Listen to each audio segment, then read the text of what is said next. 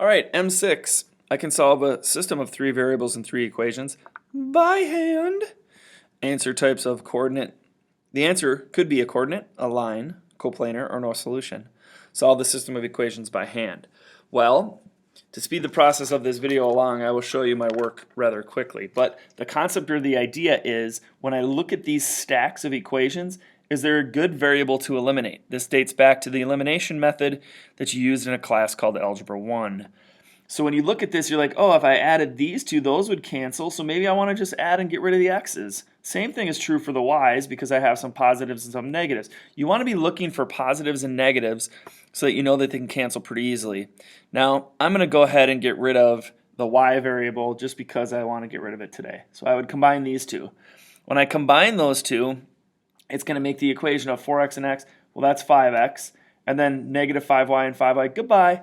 And then this, take away 1, would be 3z left over.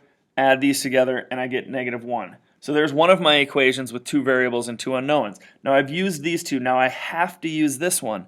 Well, wouldn't it make sense to use this one with this one? So I'm going to combine those two next.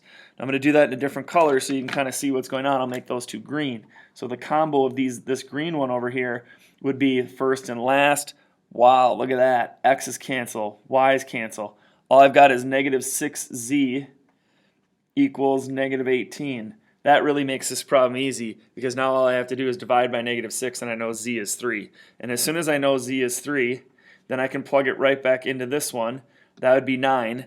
Bring that over. Then when I bring that over, I get negative 10 and then divide, and now I've got x equals negative 2. So this thing flies by. Okay, then once you do that, then you've got the x equals negative 2 part, and then you put the negative 2 up, you just pick an equation. Looks like I picked the bottom one down here. And so I put negative 2 there. I was solving for y. I knew z was 3, so I put 3 right there, and then negative 20, and I solved that, and I got y was negative 3. So I made a lucky good choice there in eliminating the y's. If you happen to eliminate the x's, maybe something else would happen. There's so many choices on these. You have to make sure you do some kind of combination where you're using all the equations. And then you have to show your answer. If you do get all these numbers working right, then the answer is a point. So the three planes would all hit each other. It'd be three planes crossing such that they would all hit at the same point. Now, I would like you to try the second equation without a lot of help and then work through it and see where you're at with it. And I'm going to show you the answer here in just a second. So it'd be good if you pause the video right now. Okay, welcome back. Here's what the solution is if you're able to complete the second one. I got 4, 2, 0.